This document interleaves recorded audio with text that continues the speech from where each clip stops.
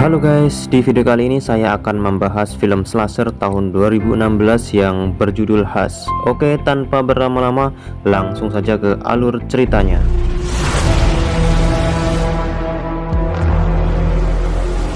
Di sebuah rumah yang terletak di tengah hutan, seorang wanita bernama Madi sedang menyiapkan makan malam dengan menu domba dengan mengikuti panduan dari laptopnya. Saat mencicipi masakannya, terungkap bahwa Madi ternyata tuli. Tiba-tiba ada pemberitahuan di laptopnya, itu dari Sarah, tetangganya, yang bertanya apakah dia bisa mampir. Madi melihat Sarah berjalan menuju rumahnya. Saat sampai, Sarah memberitahu Madi lewat bahasa isyarat bahwa dia baru saja selesai membaca bukunya. Sarah kemudian bertanya bagaimana Madi bisa menulis ceritanya. Madi menjelaskan bahwa ibunya menyebutnya sebagai otak penulis, sebuah imajinasi liar yang terus memikirkan berbagai kemungkinan akhir cerita seperti film di dalam kepalanya. Percakapan mereka tiba-tiba terhenti oleh suara keras dan memekakkan telinga.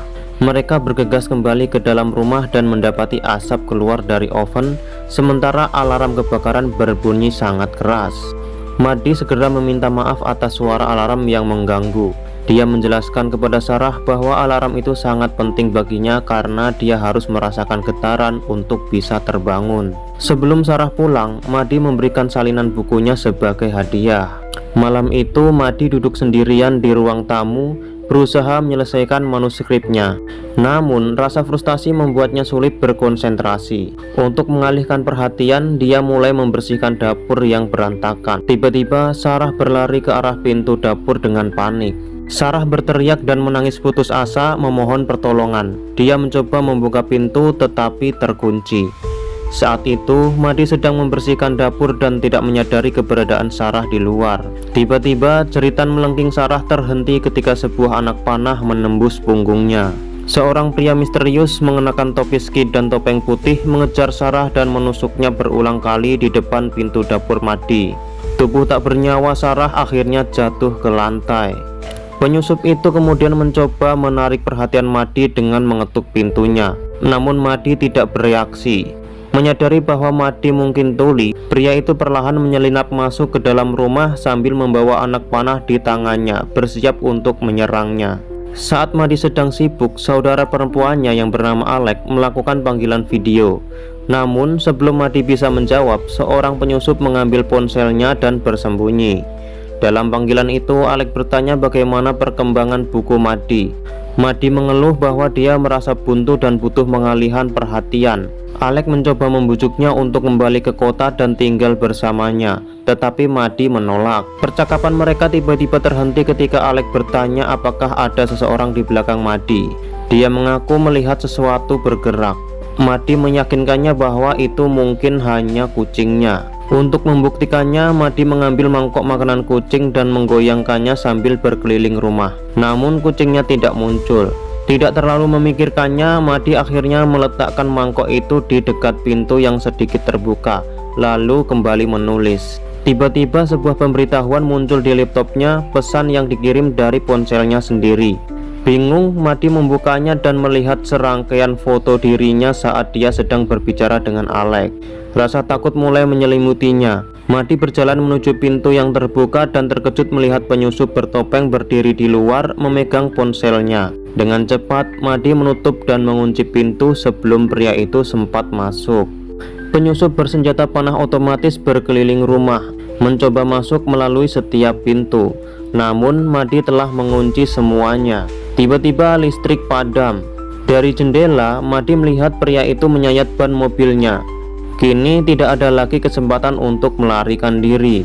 Dalam keputusasaan, Madi mengambil lipstik dari tasnya dan menulis di pintu kaca. Aku tidak akan memberitahu siapapun. Aku belum melihat wajahmu. Pacarku akan segera datang. Dia berharap pria itu percaya dan pergi. Namun penyusup justru melepas topengnya, memperlihatkan wajah dan tato di lehernya. Dengan tenang dia bertanya kepada Madi apakah dia bisa membaca gerak bibirnya. Madi mengangguk. Pria itu tersenyum sinis. Sekarang kau sudah melihat wajahku, katanya. Aku harus membunuhmu. Madi berlari ke dapur dan mengambil pisau, lalu segera menuju kamar tidurnya. Dia mengunci pintu dan menutup jendela.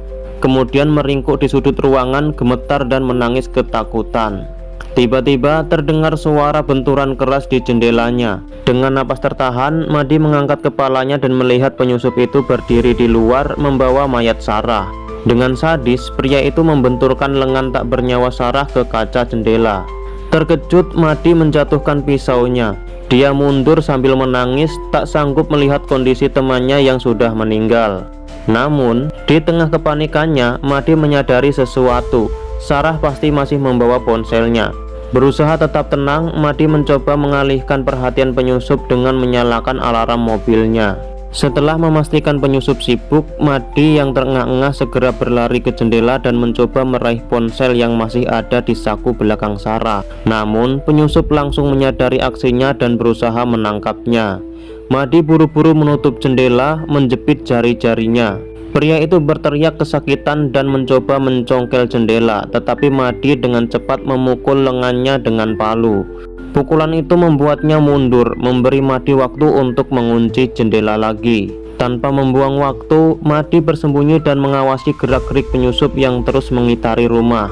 Diam-diam, dia menyelinap keluar melalui pintu dapur dan bersembunyi di bawah teras rumah. Tepat ketika dia hendak melarikan diri, penyusup menembakkan anak panah ke arahnya, membuatnya terhenti di tempat. Menolak untuk menyerah, Madi berlari kembali ke dalam rumah. Dengan napas memburu, dia berhasil masuk dan mengunci pintu, nyaris lolos dari maut. Kini dia putus asa mencari jalan keluar. Madi naik ke loteng dengan napas memburu. Dia membuka jendela, memaksakan tubuhnya keluar, dan mendarat di atap dengan tangan gemetar. Dengan cepat, Madi melemparkan senter ke arah hutan di belakang rumah, berharap bisa mengalihkan perhatian penyusup. Rencananya berhasil, pria itu mengikuti cahaya tersebut. Sambil menahan rasa takut, Madi berjalan perlahan melintasi atap menuju bagian depan rumah. Namun saat dia mulai turun, penyusup tiba-tiba muncul dan menembakkan anak panah ke kakinya. Dia berteriak kesakitan tetapi tetap berusaha bergerak. Anak panah kedua hampir mengenai kepalanya. Dengan menggerakkan gigi menahan nyeri, Madi berdiri dan melihat penyusup mulai memanjat ke atap. Tanpa membuang waktu, Madi menendangnya tepat waktu, membuat pria itu jatuh kembali ke tanah. Kesempatan itu dia manfaatkan untuk merebut busur silang penyusup dan membawanya kembali ke dalam rumah. Meski tertatih karena luka di kakinya, Madi berhasil menutup jendela lantai atas sebelum pria itu bisa masuk. Saat dia berusaha mengisi busur silang untuk mempertahankan diri, tiba-tiba terdengar suara di depan rumah. Itu adalah John, pacar Sarah yang datang mencari kekasihnya. Penyusup menghentikan John di tengah jalan dengan berpura-pura menjadi polisi.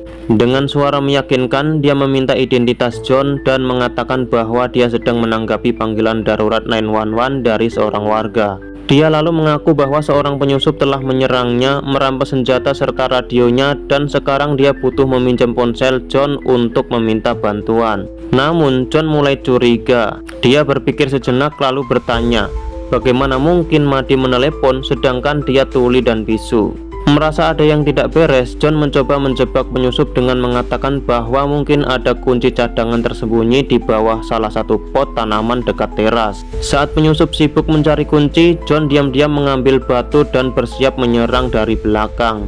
Sementara itu, Madi yang melihat kejadian tersebut dari dalam rumah mulai menggedor kaca pintu dapur untuk memperingatkan John. Namun suaranya justru menarik perhatian penyusup. Dalam sekejap, pria itu berbalik dan dengan cepat menusuk leher John sebelum dia sempat menyerang. Darah mengucur deras dari leher John, tetapi dia tidak menyerah begitu saja. Mereka tersungkur ke tanah dan John berusaha menjebak penyusup dalam cekikan. Madi menyaksikan pertarungan itu dengan napas memburu. Di kepalanya, berbagai kemungkinan berputar apa yang harus dia lakukan. Melarikan diri tidak mungkin, kakinya terluka. Menembak dengan busur silang harus tepat sasaran atau sia-sia. Kembali ke rumah, penyusup pasti lebih cepat menangkapnya. Bersembunyi, hanya butuh satu batu untuk memecahkan jendela dan masuk lagi. Menunggu, jika penyusup tidak menemukannya, dia tetap akan mati kehabisan darah. Pilihan semakin sempit, Madi tahu satu hal, dia kehabisan waktu. Penyusup itu akhirnya berhasil melepaskan diri dari cekikan John dan mendorongnya ke samping. Dengan tubuh lemah akibat kehilangan banyak darah, John tak bisa lagi membantu Madi, dia pun tewas. Melihat kesempatan, Madi segera mengambil busur silang dan menembakkan anak panah ke bahu penyusup. Pria itu menjerit kesakitan, tetapi amarahnya justru semakin membara.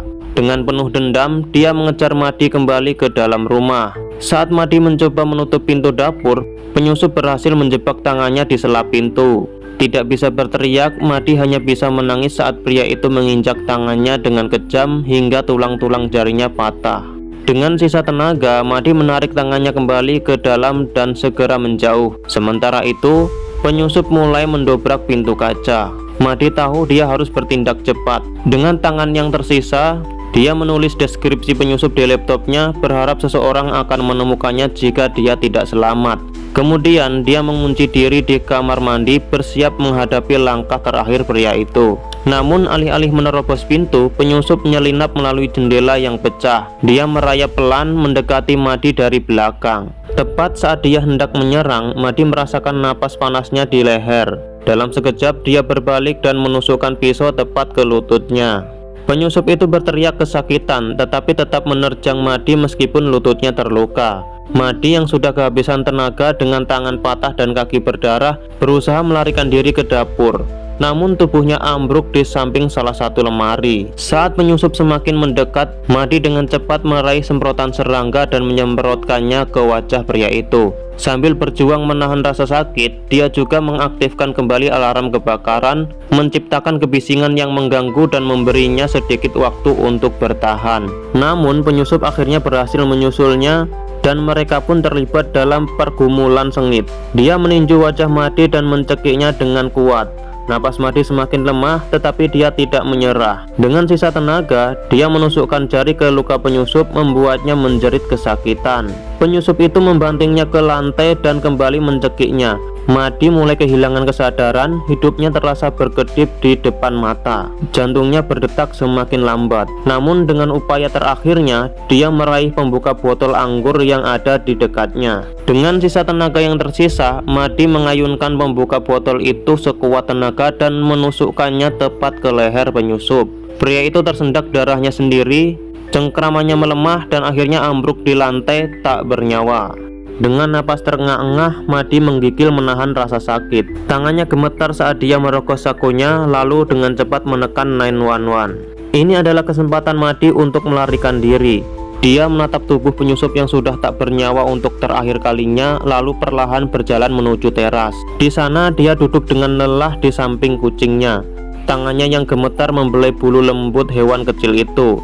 Dari kejauhan, lampu mobil polisi mulai terlihat menandakan bahwa bantuan akhirnya datang.